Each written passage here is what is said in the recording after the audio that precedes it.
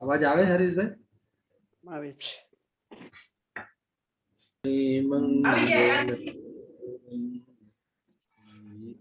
राघवी ज्ञान नमो ताहि जाति भई अरहंतादिमा करि मंगल करियो महा ग्रंथ करण को काज जाते मिले समाज सब पावे निज पदेरा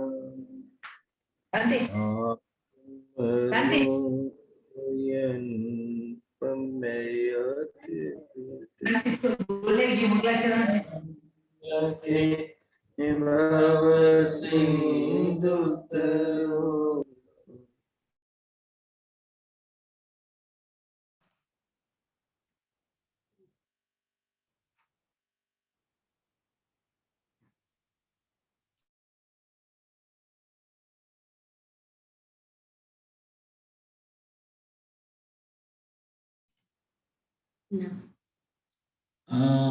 અશ્વિનભાઈ તમારો અવાજ નથી આવતો.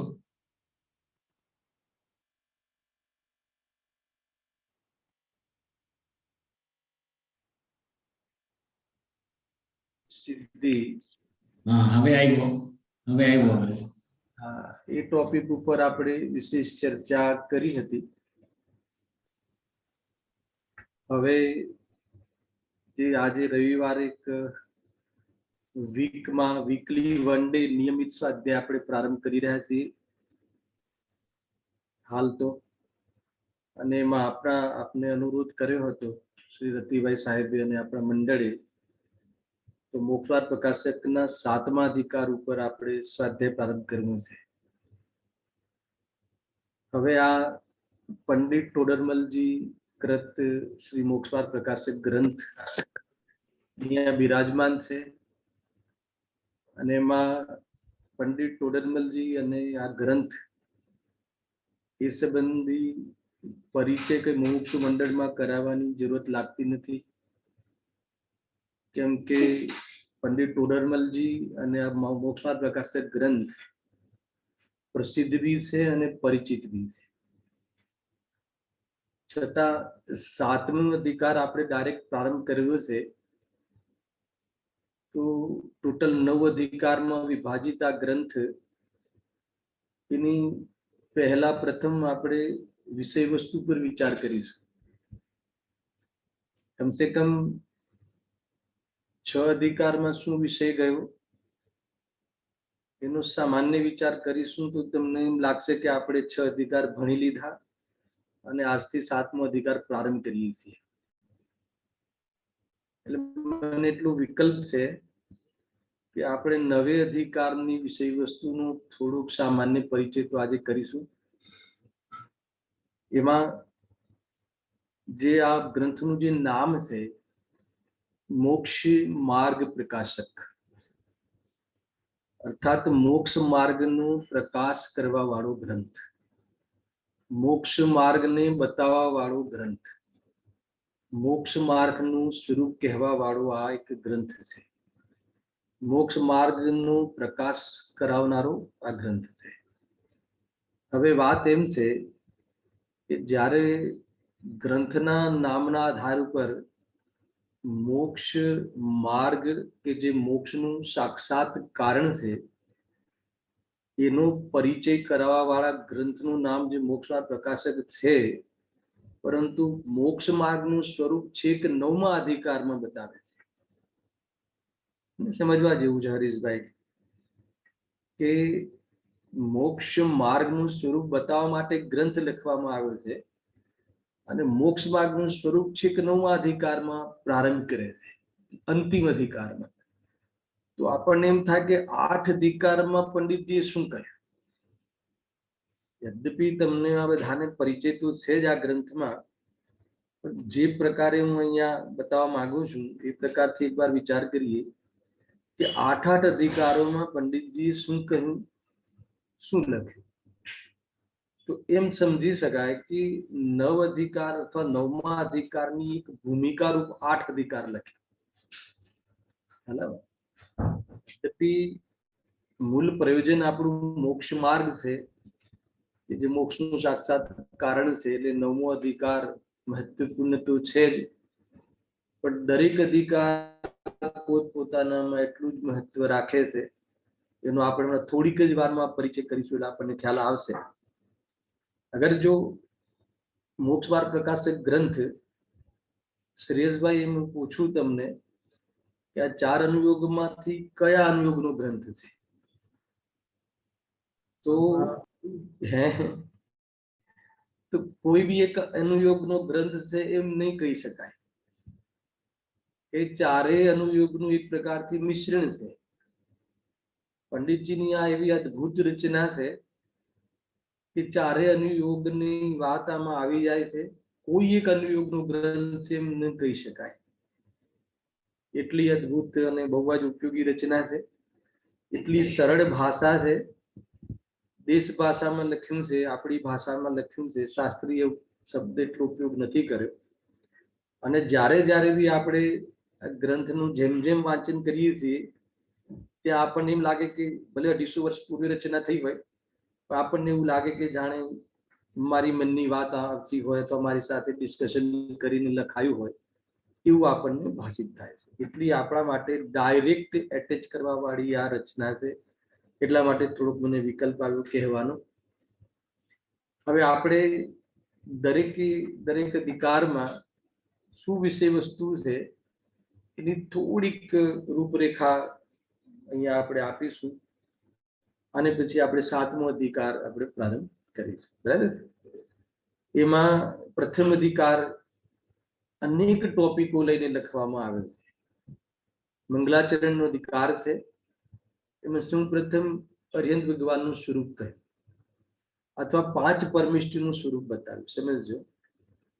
અને 5 પરમિષ્ટિના સ્વરૂપમાં એક મહત્વપૂર્ણ વાત એ કહી, બહુ શાંતિથી વિષયને તમે સમજજો, બહુ કામનું છે. કેમ કે આપણે એવી રીતે રજૂઆત કરી રહ્યા છીએ કે તમને ડાયરેક્ટ એમ લાગશે કે હવે આપણે 7 અધિકારના પહેલા 6 અધિકાર હાલ આપણે પૂરા થયા એમ. એટલા માટે આ રૂપરેખા બહુ જરૂરી છે. તો 5 પરમિષ્ટિના સ્વરૂપમાં એમાં અર્હંતનું સ્વરૂપ, સિદ્ધ પરમિષ્ટિનું સ્વરૂપ અને આચાર્ય ઉપાધ્યાય સાધુનું સ્વરૂપ. સાંભળજો બરાબર? તો એમ 3 વિભાગમાં એમને કહ્યું. એમાં 3 કથન બહુ મહત્વપૂર્ણ લખ્યા છે. હું બહુ વિસ્તાર નહીં કરું, પણ જે જ્યાં જ્યાં મને મહત્વ લાગતું હશે ત્યાં હું કહીશ. પ્રફુલભાઈ, કુદરતે બન્યું એવું કે જે અહીંયા અમારે નિયમિત સ્વાધ્યાય જે ચાલતા હતા લોકડાઉન પહેલા, એમાં સિમ્પોલી મંદિર ખાતે આ મોક્ષમાર્ગ પ્રકાશક ગ્રંથનો 7મો અધિકાર અમારે ચાલુ હતો. એક શબ્દનું અમે અહીંયા વાંચન કરેલું છે. 6 અધિકાર વ્યવસ્થિત રીતે પૂર્ણ થયા. 7મો અધિકારનું લગભગ 25% સ્વાધ્યાય થઈ ચૂક્યું છે. મલાડ મંડળની અંદર સમેસારનું અત્યારે હાલ નિયમિત વાંચન ઓનલાઈન પણ ચાલે છે. એમાં અમે મોક્ષ અધિકારનો સ્વાધ્યાય અમારે આવી રહ્યો છે. અને સદિચ્છા મંદિર ખાતે આપણે નિયમસારનું સ્વાધ્યાય ચાલતું હતું, નિયમિત, અત્યારે સ્થગિત છે. યોગાનુયોગ 7મો અધિકાર આપ લોકોએ તમે અનુરોધ કર્યો, અને 7મો અધિકાર અમે ઓલરેડી અહીંયા સિમ્પોલી ખાતે સ્વાધ્યાયમાં ચાલુ જ હતો. એક તો એ વાત બતાવી હતી. કુલ મળીને એટલે અમે એક અધિકારનો એક શબ્દ વિશેષ ગુરુદેવસિંહના પ્રવચનનો પણ આધાર લઈ અને વ્યાખ્યા કરી છે. એનો સ્વાધ્યાય થયો છે. બસ જાણકારી માટે કહ્યું.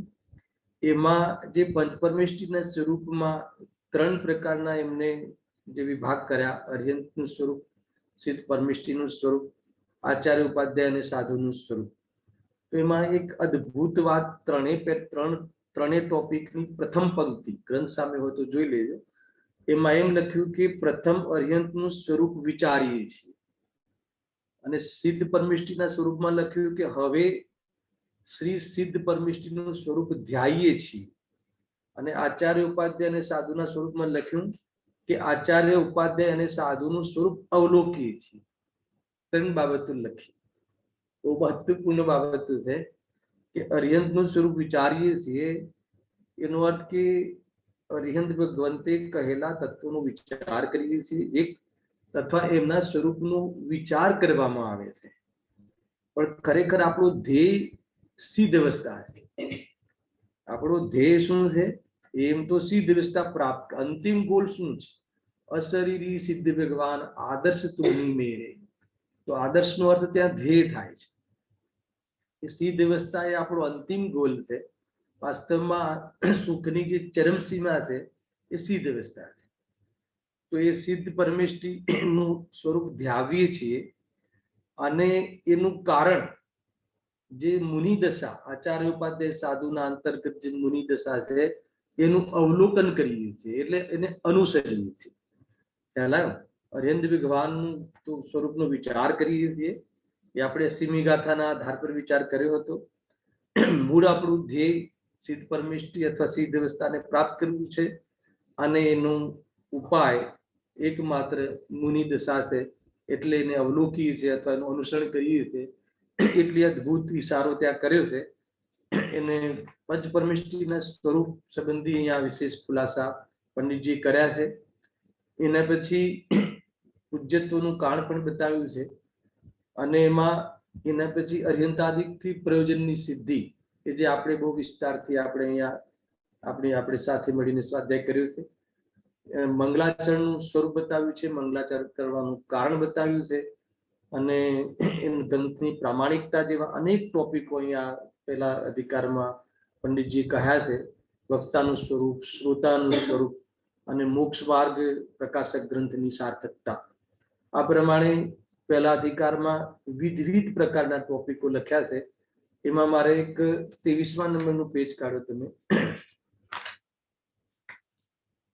એમાં એક પ્રશ્ન મને બહુ ગમે છે, અને એમાં પંડિત ટોડરમલજીની જે નિર્માણતા છે અને આ ગ્રંથને નું શું પ્રયોજન છે એની સામાન્ય ચર્ચા અહીંયા કરી છે.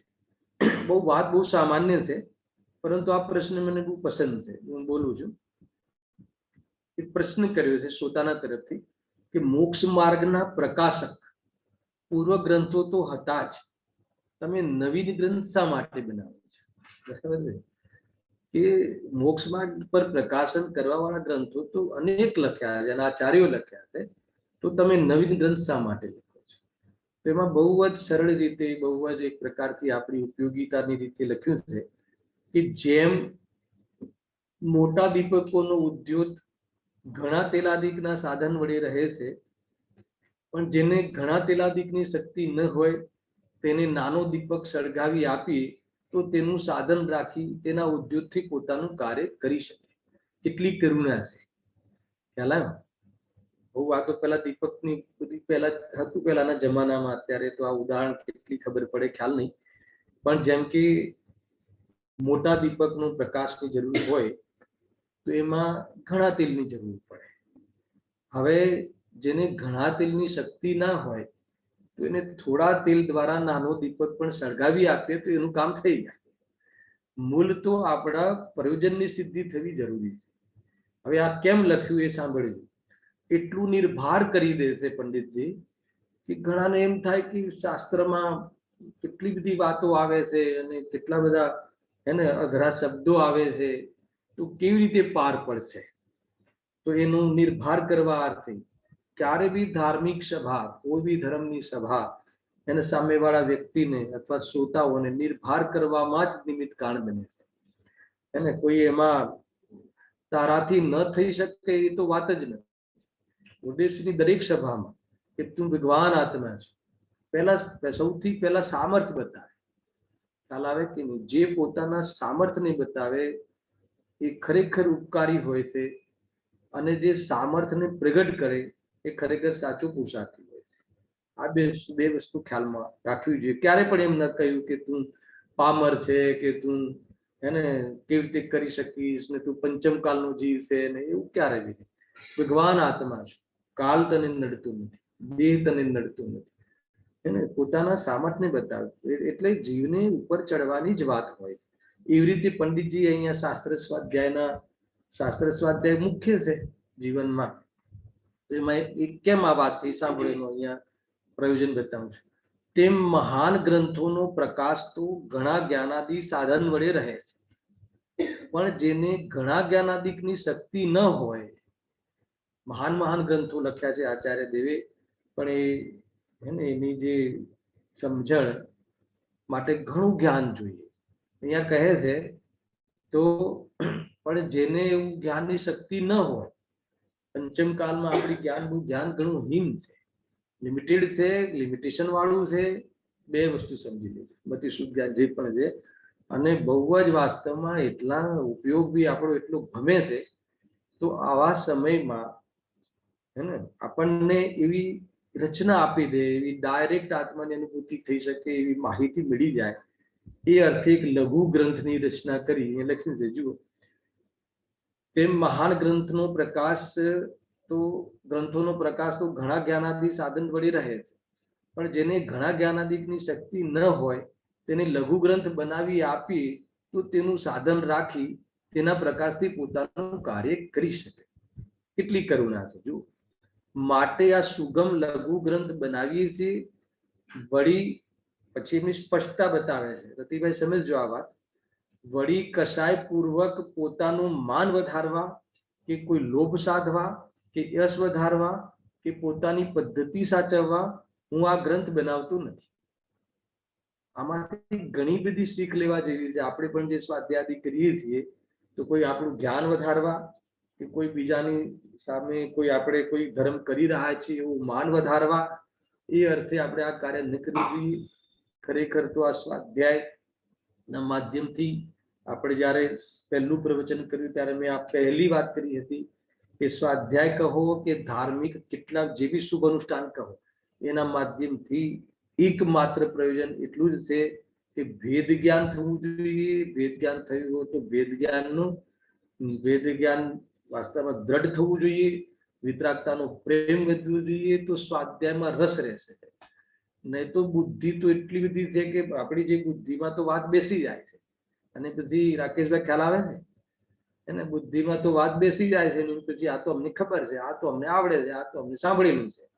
અને ગુરુદેવ એકની એક પ્રકરણ, એકની એક વાત, એક જ પ્રવચનમાં દરેક પેરેગ્રાફમાં અને દરેક પેરેગ્રાફમાં કહે છે, છતાં આપણને રસ પડે છે.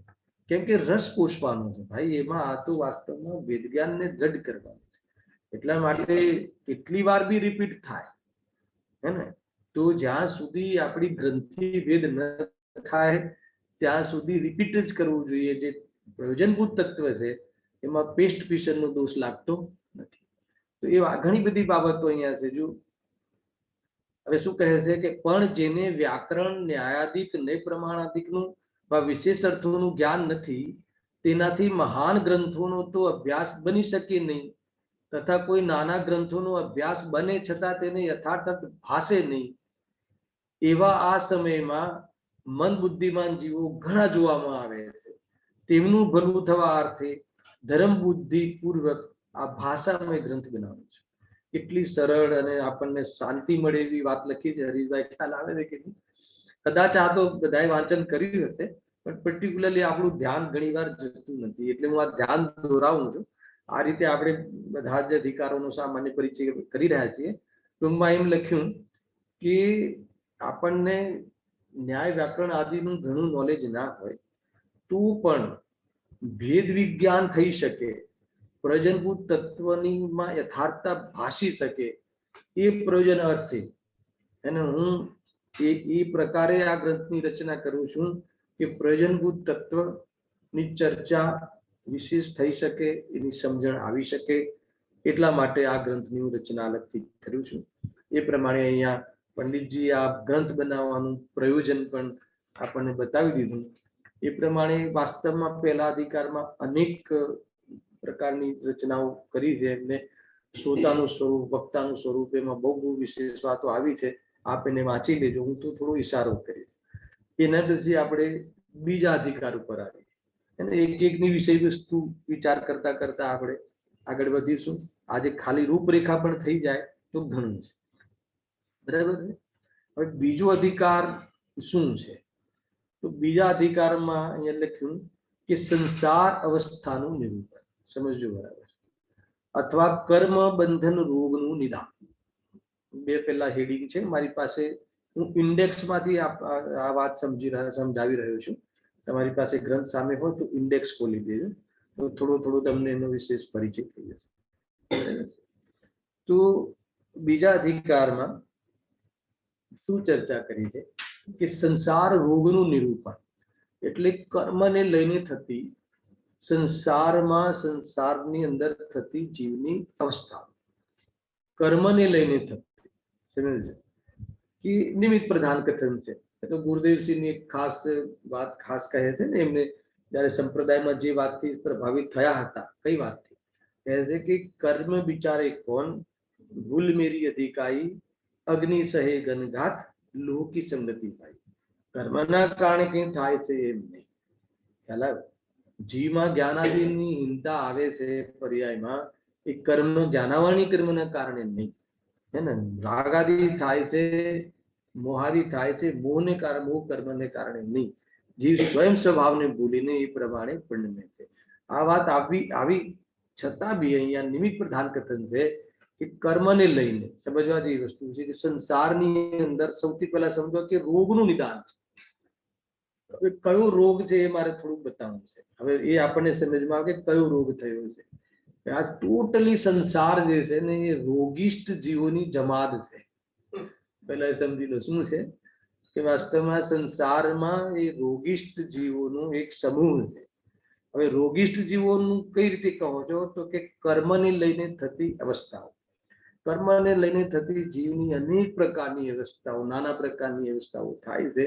ટૂંકમાં કર્મને લઈને શરીર મળવું કે કર્મ આયુ કર્મના સમાપ્ત થતા શરીરનો વિયોગ થવો, આ બધી અવસ્થાઓ, આ બધો રોગ છે. જન્મ મરણ શું છે? 18 દોષોમાં દોષ કહ્યો ને, તો જન્મવું અને મરણને પ્રાપ્ત થવું, આ બધા દોષ છે. આ બધા વાસ્તવમાં રોગ છે. શરીર મળવું એ રોગ છે. આપણને એમ લાગે છે કે શરીર કેવું મળવું જોઈએ, સંકેત ફિટ શરીર મળવું જોઈએ, તંદુરસ્ત શરીર મળવું જોઈએ. અહીંયા કહે શરીર મળવું એ આત્માની શોભા નથી. શરીર મળવું એ વાસ્તવમાં રોગી આત્માની કથની છે. શરીર સાથે રહેવું એ કોઈ આત્માની જરાય શોભા નથી. એટલે શરીર મળવું, પછી 500 ધનુષનું મળવું કે 5 ફૂટનું મળવું એ તો પછીની વાત છે. પહેલા શરીર મળવું એ શું?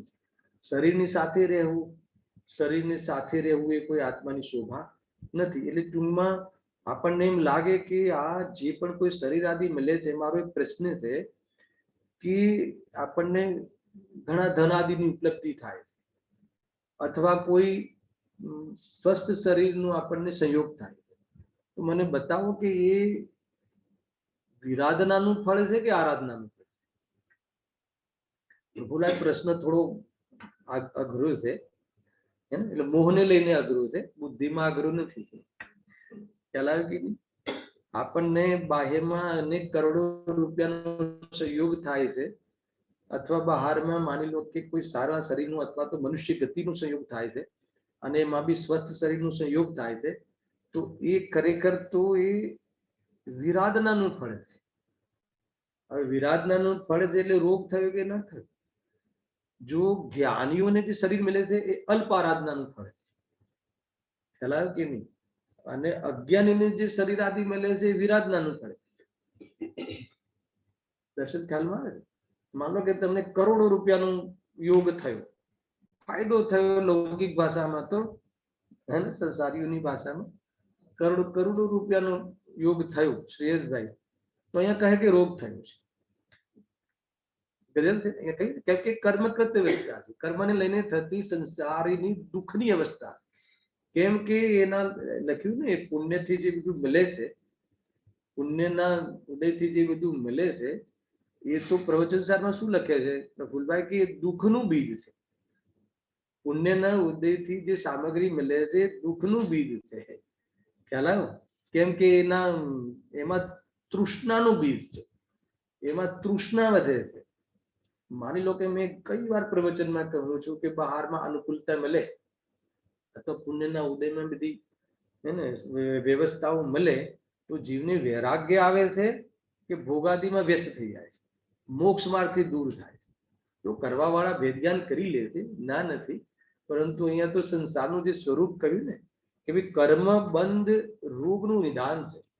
કેમ કે અહીંયા સંસાર અવસ્થામાં કર્મને લઈને અનેક પ્રકારની અવસ્થાઓ થાય છે અને એ અવસ્થાઓને આ જીવ પોતાનું સ્વરૂપ સમજી લે છે અને એનું લક્ષ કરીને નવો બંધ વાસ્તવમાં કરતો જ જાય છે. તો કર્મનું બંધ પડવું, જેને લઈને કર્મનું બંધ થાય છે અને કર્મના બંધની સહિત જીવ જીવે છે, એ રોગી જીવનો પરિચય છે. એ વાસ્તવમાં અશુદ્ધ જીવનો પરિચય છે. અનાદિથી જીવ કર્મ સહિત છે. તો આગમમાં જીવનો પરિચય કેવી રીતે કહ્યો છે? આગમ અપેક્ષાએ કે અનાદિથી જીવ કર્મ સહિત છે. હવે કર્મ સહિત છે તો કયા જીવની ચર્ચા છે? કે અશુદ્ધ જીવની ચર્ચા છે. પછી એની અંદર અધ્યાત્મની ઓરથી જોઈએ તો જીવ દ્રવ્ય કર્મ, ભોગ, ભાવ કર્મ, મોહ કર્મથી રહિત છે. તો અધ્યાત્મ એની અંદર શુદ્ધ જીવ જે રહેલો છે એનો પરિચય કરાવે છે. એટલે અશુદ્ધ જીવ કહો, રોગિષ્ઠ જીવ કહો, વાસ્તવમાં એ આ સંસાર અવસ્થામાં જે નિરૂપણ બીજા અધિકારમાં કહ્યું છે એમાં કુલ મળીને મારે બતાવવું છે કે જે કર્મને લઈને જે જીવની અવસ્થાઓ થાય છે, ચાહે કોઈ બી ગતિ હોય, ચાહે કોઈ બી, ત્યાં કોઈ માની લો કે જ્ઞાની અજ્ઞાનીનો ભેદ નથી કરવામાં, કે માન લો કર્મને લઈને જે વાસ્તવમાં સ્થિતિ થાય છે, સ્થિતિમાં રહે છે જીવ, એ જીવની દુઃખની અવસ્થા છે, એ વાસ્તવમાં અશુદ્ધ અવસ્થા છે, એનું વર્ણન કર્યું છે. કેવી કેવી અવસ્થાઓ થાય છે હવે એમાં મારે એ બતાવવું છે, એનું વિષય વસ્તુ થોડી આગળ વધારું છું કે એની અંદર એક એવું પણ ટોપિક રાખ્યો છે, અનેક ટોપિકો છે, પણ એમાં ઘાતી કર્મ અને અઘાતી કર્મ. શ્રેયસભાઈ સમજો, કદાચ તમારો સ્વાધ્યાય હશે આ સંબંધી, કે ઘાતી કર્મને લઈ અને કેવી કેવી અવસ્થાઓ થાય છે અને અઘાતી કર્મોને લઈને કેવી કેવી અવસ્થાઓ થાય છે. અને જે પણ કોઈ આ કર્મના નિમિત્ત પ્રધાન કથન છે, નિમિત્તને લઈને આવી અવસ્થાઓમાં જીવ સંસારમાં જોવા મળે છે. બીજા અધિકારમાં આટલી જ વાત કરી છે અને એમાં એમ કહ્યું છે કે કર્મોની જે ઘાતી કર્મ છે, તો એમાં જ્ઞાનાવરણી દર્શનાવરણી કર્મનું જે ઉદય થાય છે, એમાં જ્ઞાનની બહુ હીનતા, દર્શનની હીનતા, અથવા સ્વભાવ પ્રગટ થતું નથી, હે ને, અથવા તો એના ઉદયમાં જીવને ઔદયિક જ્ઞાન, વસ્તુનું જ્ઞાન થતું નથી, અથવા તો અન્યથા જ્ઞાન થાય છે. મોહનીય કર્મના ઉદયમાં જીવને રાગાદી ભાવ થાય છે. આ બધો રોગ છે, આ બધો જીવની વિકારી અવસ્થાઓ છે. અને માની લો કે અંતરાય કર્મના ઉદયમાં જીવને દીક્ષા લેવાના ભાવ પણ વીર્ય ઉછળતું નથી. તો આ બધી એની માઇનસ સાઈડો છે. આ એકદમ આપણી ઘરની ભાષામાં સમજાવો. આ બધી જીવના સ્વભાવનો ઘાત થવા વાળી અવસ્થાઓ, ઘાતી કર્મોને લઈને સંસારની અંદર જીવને જોવા મળે છે. એક તો આ બતાવ્યું. હવે અઘાતી કર્મોને લઈને પણ સાંભળો અહીંયા ધ્યાન આપો. અઘાતી કર્મોને લઈને પણ કે જે પુણ્ય રૂપ ને પાપ રૂપ, સાતા વેદની, અસાતા વેદની, બધું લેવાનું છે. હવે સાતા વેદની લઈને પણ જે બહારમાં જે ઠાઠ આદિ થાય છે, ખ્યાલ આવે કે નહીં, તે ઠાઠ જે થાય છે એ વાસ્તવમાં એ જીવની કઈ અવસ્થા છે? તો કે વાસ્તવમાં રોગની અવસ્થા છે. કેમ કે એની તો આધીનતા છે, એમાં એનું લક્ષ્ય થઈને પરાધીન જીવન જીવે છે, એ અહીંયા કહે છે. જો આમાં જે કર્મને લઈને થાય છે નિમિત્ત પ્રધાન કથન છે. ખરેખર જોવા જઈએ તો એ પૂર્વમાં જીવે એવા ભાવ કરી અને કર્મને ઠેકો આપ્યો છે. શું ઠેકો આપ્યો છે? હે ને, આ કોઈ કર્મ તો બિચારા જડ છે, શું કરે, પણ જીવે સ્વયં પૂર્વમાં એવા ભાવ કરીને કર્મને ઓર્ડર આપ્યો છે, ઠેકો આપ્યો છે. શું આપ્યો છે પ્રફુલભાઈ? કે એમ કહી, એમ એ રીતે ઠેકો આપ્યો છે, એવું કામ સોંપ્યું છે કે હું ભારત દેશમાં જઈશ, એને જૈન સંપ્રદાયમાં જન્મીશ, સાંભળજો ને, અને દિગંબર જૈન સંપ્રદાયનો મને સંપર્ક થશે, ગુરુદેવસિંહ જેવા મહાન પુરુષો મળશે, પરંતુ હું, સાંભળજો, વિતરાગી ન થઈ જાઉં. ખ્યાલ આવે કે નહીં? અર્થાત તો હું એ વાતને એ પ્રમાણે હું અનુકરણ ન કરી લઉં, એનું તું ધ્યાન રાખજે, અને તું બહારમાં એવી બધી વ્યવસ્થા કરી આપજે.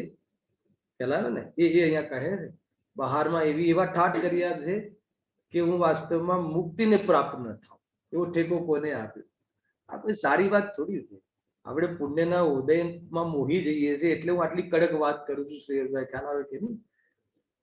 અને આપણે જ આપણે પુણ્યને બરાબર તૈયાર કરી રાખ્યું છે કે હું ત્યાં જઉં ને તો ભૂલથી પણ મને ભેદગાર ન થઈ જાય ને ભૂલથી પણ મને વૈરાગ્ય ન આવી જાય એવી તું બહારમાં બરાબર વ્યવસ્થા કરી રાખજે કે જેથી હું બરાબર સંસારમાં હરેભરા સંસારમાં હું રહ્યા કરું. તો કે આ બધું ખરેખર પોતે જ કરેલા કર્મ છે, પોતે જ કર્મને એ પ્રમાણે ઓર્ડર આપેલું છે અને એ પ્રમાણેની વ્યવસ્થા થાય છે. એનાથી એ પણ સમજી શકાય છે કે જીવ સ્વયં હે ને, પંડિતજી આમાં લખ્યું છે ને, અન્નાજી એક લખ્યું છે કે જીવ જાગા કર્મ ભાગા. ખ્યાલ ને? અરે ભલે ગમે તેવી અવસ્થા હોય, જીવ વેદજ્ઞાન કરી શકે છે. એ વાતો બધી આગળ આવવા વાળી છે. કુલ મળીને બીજા અધિકારમાં તો એ કહ્યું કે જે બધી આ કર્મોને લઈને એવી દશાઓ થાય છે કે સવારે કરોડપતિ હોય અને કલાકની અંદર તો રોડપતિ થઈ જાય. ચાલો, કોરોના મહામારીમાં તો આ સમજાવવાની જરૂર નથી, બરાબર છે. પુષ્ટ હોય, 18 વર્ષનું હોય અને સવારે તો મળ્યા હોઈએ અને સાંજે મળીએ જ નહીં, કુટુંબના કોઈ બી વ્યક્તિઓ મળે નહીં એવી અવસ્થાઓ થાય છે. ખ્યાલ ગુરુદેવશ્રી આ પ્રકરણમાં મોરબીનું ઉદાહરણ આપ્યું છે. એ વખતે મોરબીની ઘટના ઘટી હશે ને, એલી જે થયેલું ને પાણીનું બાઢ આવેલી, તો કે જેના ઘરે 7 પેઢી સુધી ખૂટે નહીં એવું અનાજ હોય, એ લોકો સવારે તો એક પાવના ટુકડા માટે લાઈનમાં ઉભા હોય. તો આ કર્મને લઈને એવી બધી દુર્દશાઓ થતી હોય છે, એને પ્રતિકૂળ અનુકૂળ બધી દશાઓ, આ દશાઓ ગમે તેવી પણ બધી દશાઓ થતી હોય છે. એમ અહીંયા કહ્યું મતિ જ્ઞાન શુદ્ધ જ્ઞાનમાં કેટલી પરાધીન પ્રવૃત્તિ, કેટલું લિમિટેડ જ્ઞાન છે અને કેટલું લિમિટેશન વાળું જ્ઞાન છે. ખ્યાલ આવે કે નહીં? કેટલી લિમિટેશન. માન લો કે મારે કોઈ વસ્તુનું જ્ઞાન કરવું હોય, કોઈ વસ્તુનો રંગ જોવો હોય તો આંખનું અવલંબન લેવું પડે, સામે એ વસ્તુ હોવી જોઈએ અને પછી ક્લિયર હોવું જોઈએ, એના પછી ઉપયોગ લાગેલો હોવો જોઈએ, એને ત્યારે એ વસ્તુનું જ્ઞાન થાય. ખ્યાલ આવે? તો કેટલી પરાધીન પ્રવૃત્તિ છે મતિ શુદ્ધ જ્ઞાનની. એ રીતે ઘણી બધી આમાં એવી અવસ્થાઓ દયનીય સ્થિતિ છે. વાસ્તવમાં કર્મને લઈને જીવની 3 લોકનો નાથ એક સમય માત્ર અગર ભેદ જ્ઞાન કરી લે તો કર્મ એમાં ફરકે નહીં, એને પરમાત્માપણાનું વાસ્તવમાં પ્રારંભ કરીને ઉભો થાય એવી ચેતના વાળો જીવ કર્મના ઉદયમાં એવું ફસાય છે. દયની સ્થિતિ. હાથ જોડીને બરાબર કે નહીં? બહારમાં તમને એમ લાગે અનુકૂળતા મળી. ગુરુદેવસિંહ શું કહે છે ખબર છે ને? પ્રફુલ્લભાઈ શું કહે છે કે આ તો પુણ્યની ભીખ છે અને ભીખમાં કેટલા દિવસ ચાલે? ભીખથી કેટલા દિવસ ચલાવવાનું? અને હંમેશા આકુળતા રહે, ભય રહે, ડર રહે, એને ક્યારે બી નિશંક ના થઈ શકે, નિર્ભય ના થઈ શકે, નિર્વાંછક ના થઈ શકે. ખ્યાલ આવ્યો કે નહીં? એટલે કર્મની ઉદયની અંદર એવી દયનીય સ્થિતિ છે. અને આ જે પણ અત્યારે હાલ આપણે જોઈ રહ્યા છીએ, હે ને, આજે તમારું એક થોડુંક મેસેજ આવ્યો ને હરીશભાઈ, ગુડ ન્યૂઝ, લોકડાઉન ખુલી ગયું. તો ગુડ ન્યૂઝ છે કે ગુડ ન્યૂઝ કહેવાય કે ના કહેવાય? બતાવો હવે જરા પરિસ્થિતિ શું થઈ. લોકડાઉન ખુલ્યું તો શું થયું, શું લાભ થયો? આ જે પણ પરિસ્થિતિ છે, જે પણ કોઈ કેટલી પરાધીન આધીન પરિસ્થિતિ છે, વાસ્તવમાં સંસારની અંદર કર્મને લઈને વિવિધ અવસ્થાઓ થાય છે. જીવ ક્યાં ચાલ્યો જાય? રાત્રે અહીંયા માની લો કે એને ચક્રવર્તી હીરાના પલંગ પર સૂતો હોય, સવારે નરકમાં ઉઠે. કઈ સ્થિતિ સારી? 4 ગતિમાં કઈ સ્થિતિને આપણે એને ક્રેડિટ આપવી જોઈએ? બોલે દયની સ્થિતિ છે. એકમાત્ર સિદ્ધ અવસ્થા, એકમાત્ર પંચ પરમિષ્ટિ, એ અવસ્થાઓ 5 પદ આપણે લીધેલું અર્યંતાદિકથી શુદ્ધિમાં. એ એક પદ, એ 5 પદ, એ જ સુપર પદ છે. એ જ વાસ્તવમાં પ્રગટ કરવા યોગ્ય છે. સુખની અવસ્થાઓ છે, સન્માનની અવસ્થાઓ છે, એને વાસ્તવમાં એ એક સ્વાધીન અવસ્થાઓ છે, સુખમય અવસ્થાઓ છે. બાકી સંસારની અંદર તો ભેદ જ્ઞાન વિના જે પણ કોઈ અવસ્થાઓ થાય એને બહારમાં એ બધી જ અવસ્થાઓ કેવી છે? દયનીય સ્થિતિ છે. શરમજનક ભવ છે. આ બધા ભવ મળવું એ જ શરમજનક ચીજ છે. આ રીતે ઘણી બધી ચર્ચાઓ બીજા અધિકારમાં પંડિતજી લખ્યું છે, વિશેષ ચર્ચાઓ અહીંયા આવી છે. આપણે અશ્વિનભાઈ ઘણી વાર આપણે ઓલી પ્રકૃતિની આપણે વાત કરતા હોય છે ને, આ પુણ્યાનું બંધિત પુણ્ય, પુણ્યાનું બંધિત પુણ્ય. હા, તો એ તો થોડુંક સારું તો કે નહીં એમ? પણ એ તો બંધ છે ને શ્રેયસભાઈ, પુણ્યનો બંધ છે ને, પુણ્યાનુબંધી પુણ્ય. પણ આપણે તો અબંધ સ્વરૂપને પ્રાપ્ત થવું છે, તો સારું કેવી રીતે થઈ શકે? ગુરુદેવજી તો કહે છે કે જે ભાવથી તીર્થંકર પ્રકૃતિનો બંધ થાય અને એ ભાવ પણ હે છે, તો વાત પતી ગઈ ને. પછી તો હાથીના પગમાં બધા પગ આવી ગયા. અને જે ભાવથી તીર્થંકર ગોત્ર કહે છે અથવા તીર્થંકર નામ કર્મ પ્રકૃતિનું બંધ થાય, એ ભાવ પણ જયારે ત્યાજ્ય છે, છોડવા યોગ્ય છે. કેમ? કેમ કે એ પણ વાસ્તવમાં શરીરમાં રહેવા રૂપે રોકાઈ રહેવું પડે છે. માન લો કે તીર્થંકર પ્રકૃતિથી સમોષણ મળે તો સમોષણ સુખનું કારણ નથી. આત્મા અશરીરી છે ને, અશરીરી અવસ્થાને પ્રાપ્ત થાય એ જ વાસ્તવમાં શોભા છે, એ જ આત્માની અંતિમ કર્તવ્ય છે. એ જ કૃત્ય દશાને પામવું જરૂરી છે. માનો કે પુણ્યની રુચિ તો છોડાવવા માટે ગુરુદેવજીએ જીવન લગાવી દીધું.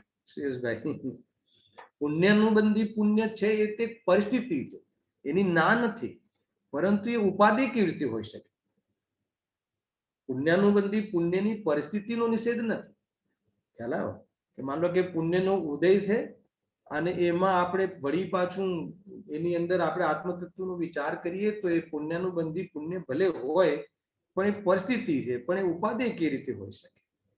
અને ઉપાદેય તો એક માત્ર આશ્રયભૂત શુદ્ધાત્મા છે, અને પ્રગટ કરવાનું ઉપાદેય એક રત્નત્રય છે, અને પૂર્ણ રીતે પ્રગટ કરવાનું ઉપાદેય એક માત્ર મોક્ષ છે. આ હેગ ઉપાધિની જે ચાલ છે એ આપણે 7 તત્વના અંતર્ગત લીધી હતી. એ પ્રમાણે છે. ટૂંકમાં જે પણ કોઈ સ્થિતિ હોય, બહારમાં અનુકૂળ સ્થિતિ આવી, હું એ વાત કરી રહ્યો છું કે ચલો પુણ્યાનુબંધી પુણ્ય છે. આજે પુણ્યાનુબંધી પુણ્ય, તો પુણ્યનો બંધ થયો તો એનું ફળ શું છે શ્રેયસભાઈ?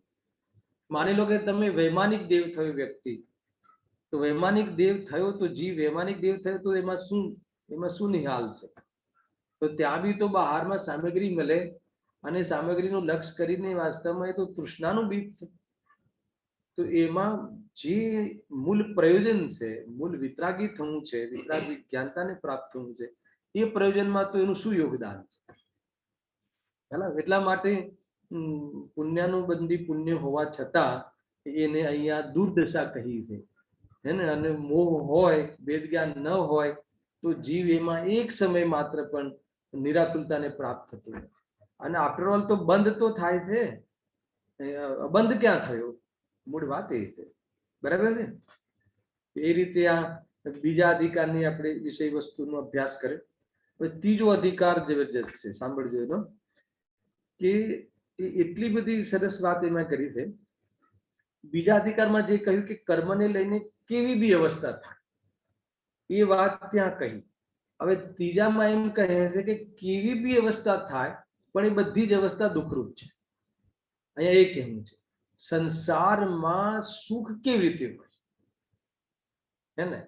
રાગાદિથી સુખ કેવી રીતે મળે? સંસાર દુઃખ, એની વિશેષ ચર્ચા કરી છે. થોડીક અંતમાં મોક્ષ સુખનું નિરૂપણ બી કર્યું છે. કેમ કે છેક 9મા અધિકારની રાહ નહીં જોવાઈ હોય, એટલે વચ્ચે એમને જેટલી જે પણ અવસ્થાઓ છે સંસારમાં, એ અવસ્થાઓમાં દુઃખની સિદ્ધિ કરી. આ બહુ મોટી વાત છે. જો ગુરુદેવસિંહની પદ્ધતિ બતાવું, તમને તો બધાને પરિચય છે. જે કહે છે ને, ગોવામાં જે ભાઈનું આપે છે ને ઉદાહરણ, આમ કહે કે 2 અબજ અને 40 કરોડ, સાંભળી લો, આમ બોલે ને પછી અરે રે પણ દુઃખ જ દુઃખ. હવે આ શું અર્થ રહ્યો? ખ્યાલ આવે? મને કદાચ શબ્દો થોડા ઘણા ચૂકી જતો હશું, પણ આવે છે કે નહીં? આ કેટલા પૈસા? પહેલા તો એની સાહેબી, એની સામગ્રી કહે 2 અબજ, 2 અબજ અને 40 કરોડ રૂપિયા. અરે રે, પણ અહીંયા કહે છે પણ દુઃખનો પાર નહીં. હવે જ્યારે 2 અબજ અને 40 કરોડ મળે તો પણ અગર દુઃખનો પાર નહીં, તો પછી આપણે બધા કઈ કેટેગરીમાં આવીએ? વિચાર કરવા જેવો. બહુ ઇશારા કરી દે છે ગુરુદેવ છે કે ભાઈ, એક બહારમાં ગમે તેવી પરિસ્થિતિ હોય કે ચક્રવર્તી પદ બી મળે તો એ સુખનું કારણ ચક્રવર્તી પદ નથી. ખ્યાલ ને? એનું લક્ષ્ય કરીને જીવ દુઃખ કરે, કાં તો એનાથી ભેદજ્ઞાન કરીને જીવ સુખને પ્રાપ્ત થાય. આ બે જ મેઇન પરિસ્થિતિ છે. એટલે ચક્રવૃત્તિના અંતર્ગત મળેલી વ્યવસ્થાઓને તો જ્ઞાનીને પણ બહારમાં જે સામગ્રી મળે છે, તો જેટલું લક્ષ્ય કરે છે એટલી આકુલતા જ છે. એવું નથી કે જ્ઞાની માટે કોઈ પ્રકૃતિમાં અલગ નિયમ છે. પ્રકૃતિમાં અન્યાય કશું નથી હોતું. રાગ હોય તો ચાહે જ્ઞાનીને બી હોય તો બી રાગ હોય તો દુઃખી. જેટલો જેટલો રાગ છે એટલો એટલો દુઃખી, અને જેટલો જેટલો રાગનો અભાવ છે એટલો એટલો સુખી. એ વાત ગુરુદેવસિંહ કહે છે હંમેશા. જો આપણે સુખ દુઃખની વાત આવી છે ને, તો સુખ દુઃખની ઓરથી 3 કેટેગરી પાડીએ આપણે જીવમાં, બરાબર છે? એક સુખી દુઃખી અને એક દુઃખી, બરાબર છે? હવે મારે પ્રશ્ન છે મારો કે આપણે આ 3 માંથી કઈ કેટેગરીમાં આવીએ? એક સુખી દુઃખી દર્શન, અને એક દુઃખી. સુરેશભાઈ, આપણે આ 3 માંથી કઈ કેટેગરીમાં આવીએ? સુખી દુઃખીમાં ના આવીએ? સુખી દુઃખીમાં થોડાક સુખી થોડાક દુઃખી, હે ને? થોડુંક ધન આદિના સંબંધમાં આપણે સુખી છીએ, પરંતુ આ મહામારીના સંબંધી થોડા દુઃખી છીએ. એમ સુખી દુઃખી ના આવીએ? તો કહે છે કે એમ ન આવે.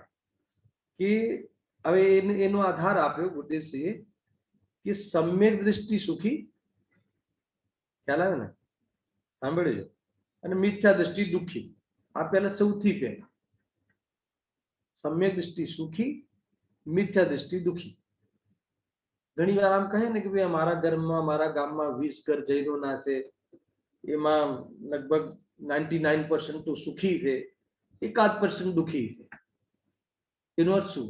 99% સમ્યક દ્રષ્ટિ છે, 1% મિથ્યા દ્રષ્ટિ છે. એમ થયું? તો કહે છે એમ નથી. એ તો આપણી દ્રષ્ટિ સામગ્રીની ઓરથી, સામગ્રીની ઓરથી, સંયોગોની ઓરથી આપણે સુખી સમજીએ છીએ અને દુઃખી સમજીએ છીએ. ગુરુદેવસિંહ કહે છે એમ નહીં. વાસ્તવમાં જે કેવલ જ્ઞાની જે છે એ અનંત સુખી, અને 4થા ગુણસ્થાનથી લઈને જે 12મા ગુણસ્થાન સુધી જે જીવો, 4થાથી લઈને 10મા સુધી જે જીવો છે બધા સુખી દુઃખી, અને 11માંથી લઈને સિદ્ધ અવસ્થા સુધી બધા જીવો છે સુખી, અને પહેલું, બીજું ને ત્રીજું 3 ગુણસ્થાન વાળા જીવો છે બધા દુઃખી જ દુઃખી. પછી ચાહે રાજા હોય કે ચાહે ચક્રવર્તી કે ચાહે કરોડપતિ, બહારથી કોઈ મતલબ નથી, સામગ્રીથી કોઈ મતલબ નથી. ચાહે પંડિત હોય, ચાહે મોટું વિદ્વાન હોય, ચાહે 11 અંગ 9 પુરુનો ધારી હોય, પહેલા પણ સમ્યક દર્શન ના હોય, પહેલા ગુણસ્થાનમાં હોય, તો સમજી લો દુઃખી છે. તો કુલ મળીને બહારમાં સંસારમાં જે પણ કોઈ અવસ્થાઓ છે એને કર્મને લઈને છે, તો અહીંયા કહે છે મુખ્ય રૂપથી અજ્ઞાનીની મુખ્યતાથી કહે છે. અર્થાત જ્ઞાની બી લઈ લો તો જેટલો રાગ છે એટલો દુઃખી છે. ટૂંકમાં એ અવસ્થાઓમાં જીવ દુઃખી છે. અહીંયા ખાસ કહે છે. હવે પંડિતજી આ ત્રીજા અધિકારમાં સાંભળજો, બહુ બહુ સમજવા જેવી વસ્તુ છે. કે પહેલા તો સંસારમાં દુઃખ જ છે. સંસારમાં સુખ લાગે તો સમજી લેવાનું કે ભ્રમ છે. અરે કમસે કમ દુઃખ છે એવો તો નિર્ણય થવો જોઈએ ને. ચાલો, હવે કેવી રીતે નિર્ણય થાય? બહારમાં બરાબર અનુકૂળતાઓ હોય, અને જ્યાં પાણી માંગીએ ત્યાં દૂધ મળતું હોય, લોકો ઇજ્જત કરતા હોય, રૂવા પડતો હોય, આપણું મંડળમાં ચાલતું હોય, બધું હોય, એને આપણે ભારીએ તો એ કામ થઈ જતું હોય શેરભાઈ, તો લાગે કે આપણે દુઃખી છે એવું લાગે? તો ખરેખર આખા અધિકારમાં ત્યાં દુઃખની સિદ્ધિ કરી છે. મારે એ બતાવવું છે. ત્યાં એમને પંડિતજી એટલા લોજિક આપીને જ્યાં આપણને સુખ લાગે છે, સુખનો આભાસ લાગે છે, ત્યાં જીવે, ત્યાં પંડિતજી આકુરતા સિદ્ધ કરી છે. એટલે આ અધિકાર ખૂબ જ ઉપયોગી છે. પહેલા આપણને ત્યાં દુઃખ તો લાગવું જોઈએ ને, કે દુઃખ છે ત્યારે દુઃખના ભાવનો ઉપાય કરે. રાકેશભાઈ ખ્યાલ આવ્યો કે નહીં? એટલે અહીંયા બહુ વિશેષ વાત કરી છે અહીંયા, કે હર પરિસ્થિતિ, તમે કોઈ બી પરિસ્થિતિ, ત્યાં કર્મને લઈને થતી દરેક પરિસ્થિતિમાં દુઃખની સિદ્ધિ કરી છે પંડિત. તમને એમ લાગે કે પ્રતિકૂળતામાં તો દુઃખની સિદ્ધિ કરી લઈએ. અહીંયા કહે છે કે અનુકૂળતામાં બી દુઃખની સિદ્ધિ કરી છે. અનુકૂળતા અને પ્રતિકૂળતા સાથે સુખ દુઃખનો સંબંધ નથી. હેલો, બહારમાં જે પણ કોઈ પરિસ્થિતિ છે, સંસારમાં જે પોતાને ભૂલીને જે દુઃખી થાય છે, એની બહુ વિશેષ અહીંયા ચર્ચા કરી છે. જો એક એક કર્મને ખાલી તમે જોઈ લેજો ઇન્ડેક્સમાં, એક એક કર્મને લઈને એટલું સરસ એમની સિસ્ટમ છે, એમની શૈલી છે, કે માની લો કે કોઈ એક કર્મ લીધું કે એને લઈને જીવ દુઃખી કેવી રીતે થાય છે એની સિદ્ધિ કરે. 8 કર્મ દ્વારા દરેક કર્મથી કેવી રીતે દુઃખી થાય છે એની સિદ્ધિ કરી, અને સાથે એ બી કહી કે ના, એ દુઃખને દૂર કરવાનો જે ઉપાય કરે છે એ બધો જ ઉપાય જૂઠો હોય છે. એ બી બહુ મોટી વાત. અચ્છા, આમાં આપણે ઇન્વોલ્વ કરીને જો રતિભાઈ, કે આપણે દુઃખ દૂર કરવાના જે ઉપાયો કરીએ છીએ જે પણ કરીએ છીએ આપણે શું ઉપાયો કરીએ છીએ, દુઃખ દૂર કરવાના શું ઉપાય કરીએ શ્રેયસભાઈ, આપણે શું ઉપાય કરીએ? અને સામગ્રી જૂટાવાનો ઉપયોગ કરી ઉપાય રાખીએ છીએ. સામગ્રી પુણ્યના ઉદયથી મળી જાય તો આપણે એને ટકાવવાનો એને વાસ્તવમાં ઉપાય કરીએ છીએ. એનું લક્ષ્ય કરીને ભોગવવાનો ઉપાય કરીએ છીએ સુખી થવા માટે. તો કે જેટલા બી ઉપાયો છે એ બધા ઉપાયો જૂઠા છે. આપણે સુખી થવાના ઉપાયો માનીને ભલે કરતા હોય, પરંતુ જે બી ઉપાયો છે જૂઠા છે એમ ડિક્લેર નથી કર્યું આમાં. એ ઉપાયો જૂઠા છે એની સિદ્ધિ કરી છે, મારે એ બતાવું છે. આપણે તો ડાયરેક્ટ સાતમો અધિકાર લઈ રહ્યા છે એટલે હું ઇશારો જ કરીશ, એક એક વસ્તુમાં અંદર વિશેષ નહીં વાત કરીએ, પણ આ વાત સમજવા જેવી છે. ખ્યાલ આવ્યો? બરાબર છે? શ્રેયસભાઈ જોઈ રહ્યા છો ઇન્ડેક્સમાં? એમને ડિક્લેર નથી કર્યું કે બધા તમે ઉપાય કરો છો જૂઠા છે. એ ઉપાયો જૂઠા છે એની સિદ્ધિ કરી, એ ઉપાયોનું જૂઠાપણું. એવું આપણે તમે જઈને જશો વિષયમાં તો એક એક તમને એમ લાગે કે નહીં અમે ઉપાય બરાબર કરીએ છીએ. તમે જેવું એ વિચારશો એટલામાં રજૂઆત આવી હશે કે આ ઉપાય જૂઠો છે. જ્યારે આપણા મનની વાત એમને ખ્યાલ આવી જતો હોય એવી રીતની બહુ જબરજસ્ત રજૂઆત છે. સિદ્ધિ એટલે પ્રૂવ કરે છે.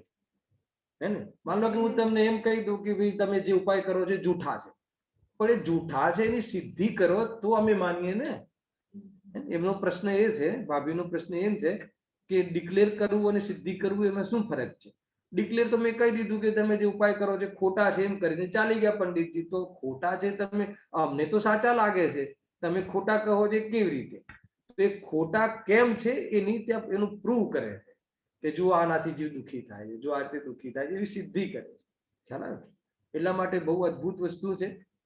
અંતમાં એ છેલ્લે એક એટલી બધી અંદર આપણે દુઃખની વાતો કરી હોય તો થોડીક સુખની વાત આવી જોઈએ.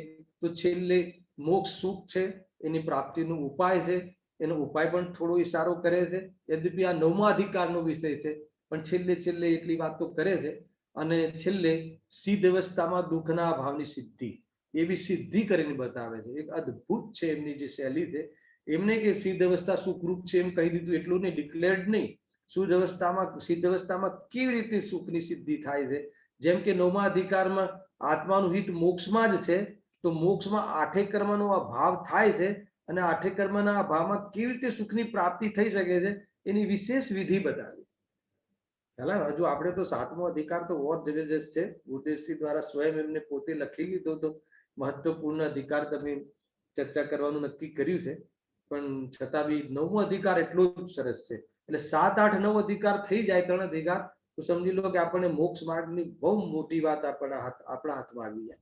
પણ એના પહેલા 6 અધિકાર સુધી શું વાત આવી છે એ થોડીક મારે તમારી સાથે શેર કરવી છે, અથવા તમને પહોંચાડવી છે વાત. તો ત્યાં એટલી વાત કરી. હવે એના પછી 4થો અધિકાર.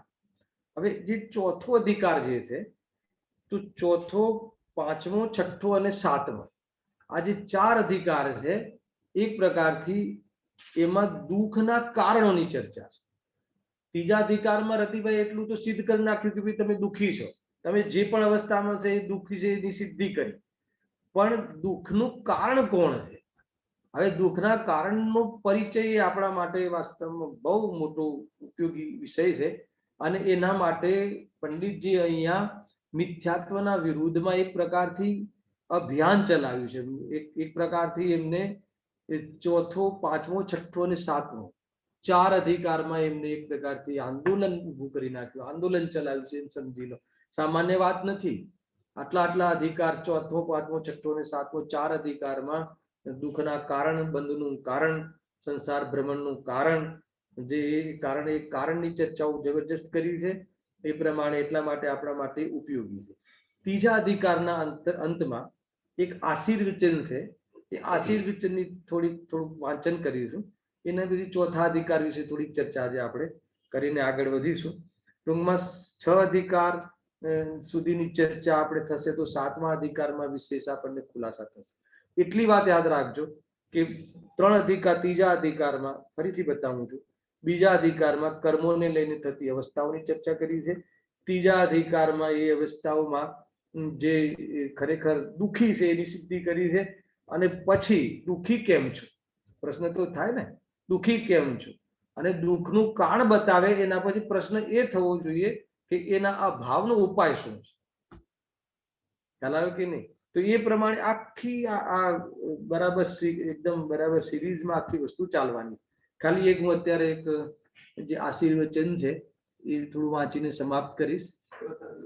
ત્રીજા અધિકારમાં પહેલા એક આશીર્વચન વાંચવાનો વિકલ્પ આવ્યો વચ્ચે મને. પેજ નંબર 76 છે મારી ચોપડીમાં.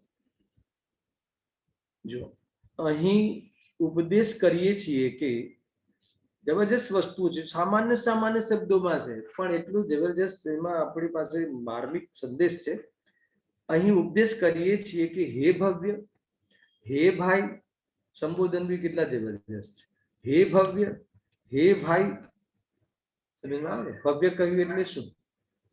ભવ્ય કહ્યું એનો અર્થ એ થઈ ગયો કે રત્નત્રય પ્રાપ્ત કરવાનું સામર્થ્ય. શાનો અવાજ આવે? શું કહે છે કે હે ભવ્ય, હે ભાઈ, તને સંસારના જે દુઃખો બતાવ્યા તેનો અનુભવ તને થાય છે કે નહીં? જો આ શું ઈશારો કરે છે શ્રેયસભાઈ કે અનુકૂળતામાં પણ અમે દુઃખની સિદ્ધિ કરી તો તને બેસે છે કે નહીં?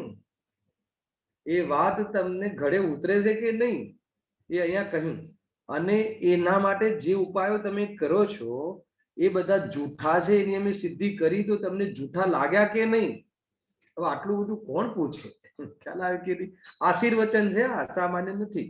શું કહે છે કે હે ભવ્ય, હે ભાઈ, તને સંસારના જે દુઃખો બતાવ્યા તેનો અનુભવ તને થાય છે કે નહીં તે વિચાર. રતિભાઈ આપણને આ કેવી રીતે તત્વનો વિચાર કરવો એની પદ્ધતિ બતાવી રહ્યા છે. આ ખાલી સાંભળીને સુઈ જવાની વાત નથી. આપણે સાંભળ્યા પછી વિચાર કર્યો કે નહીં? આ વાસ્તવમાં આટલી એર કન્ડિશન એસીમાં બેઠા હોઈએ અને બધું બરાબર અનુકૂળતા હોય અને એમાં દુઃખની અમે તમને સિદ્ધિ કરી, પણ તમને દુઃખ ભાષિત થયું કે નહીં? મૂળ વાત તો એ છે. અગર જો તમને દુઃખ ભાષિત થશે અને તો આગળ વાત ચાલશે, નહીં તો આગળ શું વાત ચાલશે? મેં કહ્યું છે કે એનો વિચાર કરો. પછી તું જે ઉપાયો કરી રહ્યો છે તેનું જૂઠાપણું દર્શાવ્યું, અમે તમને બતાવ્યું, સિદ્ધ કર્યું, તો તે તેમ જ છે કે નહીં એનો વિચાર કરો. ચાલો, આ એક તમને એક ગાઈડલાઈન આપે છે કે આ રીતે વિચાર કરવો જોઈએ. વાત સાંભળી લીધી, સિદ્ધિ શાસ્ત્રમાં તો કરી લીધી, પણ તમારા જીવનમાં એ વાત બરાબર બેસે છે કે નહીં?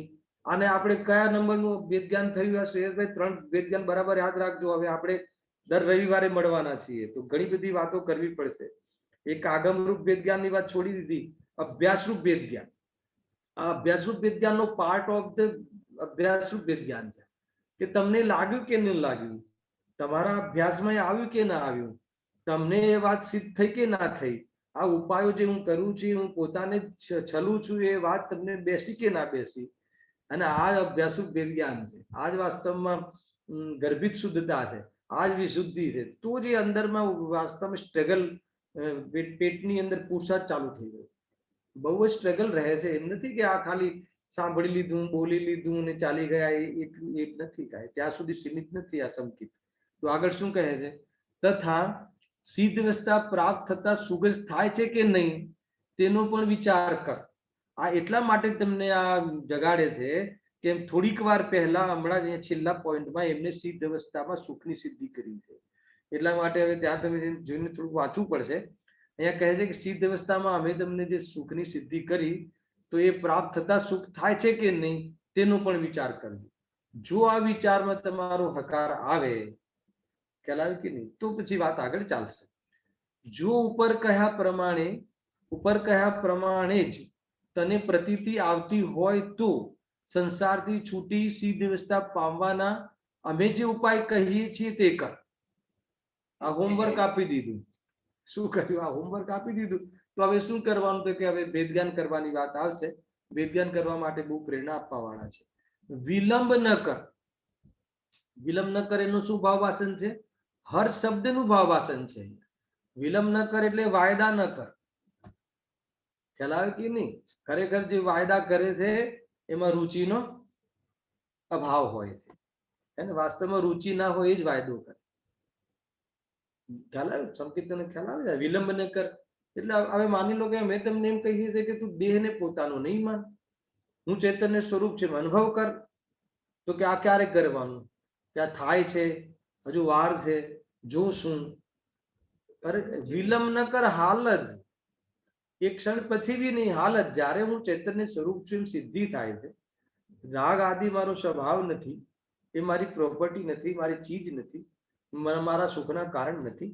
તો પછી રાગનું સમર્થન અને એના પ્રત્યે જે સમર્પણ છે આજે જ છોડી દો, આજે નહીં હમણાં જ છોડી દો, વિલંબ નહીં કર. સુખી થવાનો ઉપાય કોઈ બતાવે અને ઉપાય હવે કાલે વિચારીશું એમ કે તો એનો અર્થ એને વિશ્વાસ નથી. ઘણી વાર ઉદાહરણ આપું છું કે માની લો કે આપણી પાછળ કોઈ વાઘ પડે અને આપણે પડી ગયા અને આપણા ખીચામાંથી કોઈ વસ્તુ માન લો કે કોઈ રૂપિયા પૈસા અથવા હીરો રાખ્યો હોય તો પડી ગયો, તો આપણે લેવા રોકાવું કે તુરંત દોડવું જોઈએ? શું કરવું જોઈએ? ખ્યાલ આવે કે નહીં? બસ એવી વસ્તુ છે. વિલંબ ન કર, જરા પણ વાયદો ન કર. કાલે કરીશું એનો અર્થ કે તને રુચિ નહીં. જો આપણે આનું ભાવભાષણ કેવી રીતે કરાવે છે ગુરુદેવજી? માની લો કે આપણને આપણી કોઈ દીકરીનું વ્યભિચાર કરવા માટે આપણે કોઈને પૂછ્યું, માગું નાખ્યું, બરાબર છે? હવે માગું નાખ્યું ને પછી આપણને જવાબ લેવા માટે ફોન કર્યો, તો એ આપણને એવો જવાબ આપે કે ભાઈ કાલે કહેશું, હજુ તો એને એક્ઝામ બાકી છે, પછી કહેશું. એનો અર્થ શું થઈ ગયો? એનો અર્થ કે ના. પછી એ થયું ને. તો અહીંયા કહે છે કે વાયદો કર્યો એનો અર્થ કે ના, એનો અર્થ કે હજુ આ વાત બેઠી નથી. એટલી બધી મોટી વાત છે. ખરેખર એવું છે પ્રફુલભાઈ, આ તો પુરુષાર્થનો માર્ગ છે. આ કઈ માત્ર સાંભળીને સંતોષ થવાની વાત નથી, આ ખરેખર નથી. અને આપણને સાંભળવાનું વ્યસન થઈ ગયું હોય તો એ વ્યસન છૂટી જાય એટલે હું આ રીતની ચર્ચા કરું છું. બાકી સાતમા અધિકારમાં વિશેષ સૂક્ષ્મ ચર્ચાઓ છે, પરંતુ આ હે ને ઘણી વાર સાંભળવાનું વ્યસન થઈ ગયું, સાંભળવું 2 કલાક, સવારે, બપોરે, સાંજે, વાત પતી ગઈ. તો કે એ વ્યસનની રૂપમાં ન લઈ લેવું. અહીંયા કહે જો શું કહે છે કે વિલંબ ન કર.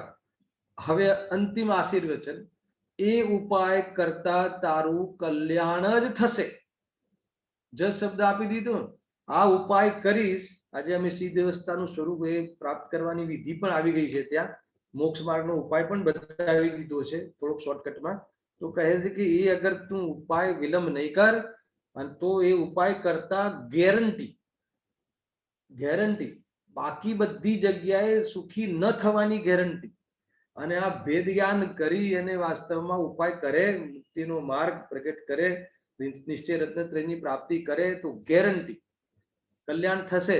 અને બાકીમાં તું બાહ્યમાં કોઈ બી પદ ભલે પુણ્યનું બધી પુણ્ય આવી જાય તો પણ અહીંયા શ્રેયસભાઈ કહે છે કે સુખી ન થવાની ગેરંટી. ત્યાં સુખી ન થવાની ગેરંટી અને આમાં સુખી થવાની ગેરંટી. એવી રીતે અહીંયા કહે છે. એટલી જબરજસ્ત દ્રઢતાથી વાત કરી છે. હવે આપણે એક પ્રકારથી 3 અધિકારની વિષય વસ્તુ જોઈ છે. નેક્સ્ટ આપણે રવિવારે ફરીથી મળીશું. બાકીના જે બી અધિકારો બાકી છે એ વિષય વસ્તુ સમજીશું અને એના પછી 7મા અધિકારની વિશેષ ચર્ચા કરીશું. અદ્ભુત ચર્ચા છે. ગુરુદેવશ્રીનો પ્રિય એ અધિકાર હતો. એમને સ્વયં, તમને બધાને ખ્યાલ છે કે એમને પોતે સ્વયં પેનથી પોતે એ પૂરો અધિકાર લખી લીધો હતો. એનો અર્થ કે કેટલો એમને વિશેષ વાત લાગી હશે, કેમ કે એમાં એટલી જબરજસ્ત વસ્તુ છે. એમાં બની શકે આપણા ઉપર હરીશભાઈ આગળ ઊભી થઈ શકે. આટલો સ્વાધ્યાય કરીએ છીએ, જીન આજ્ઞા અનુસાર આપણું જીવન છે, બધું જ છે, હે ને, તો પણ મારું કામ કેમ થયું નથી અથવા કેમ થતું નથી, એવી શું ભૂલ રહી ગઈ, એ ભૂલની ચર્ચા છે. અને આપણને સાચા નિમિત્તો પણ મળ્યા છે, સાચી વાત બી મળી છે.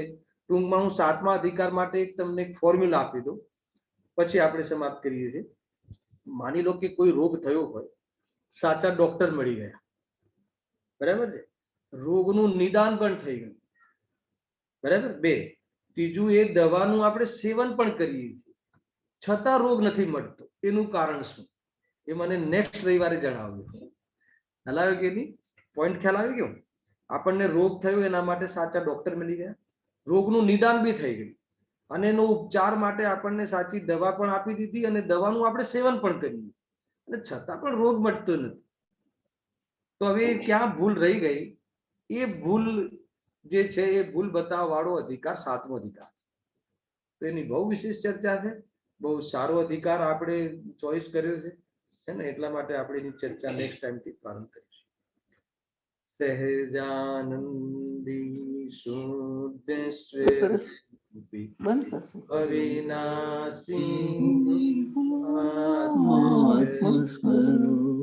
સહેજાનંદી શુદ્ધ સ્વરૂપી અવિનાશી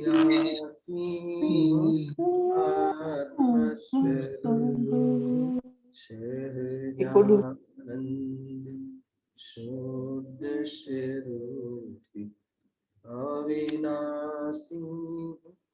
આત્મ સ્વરૂપ.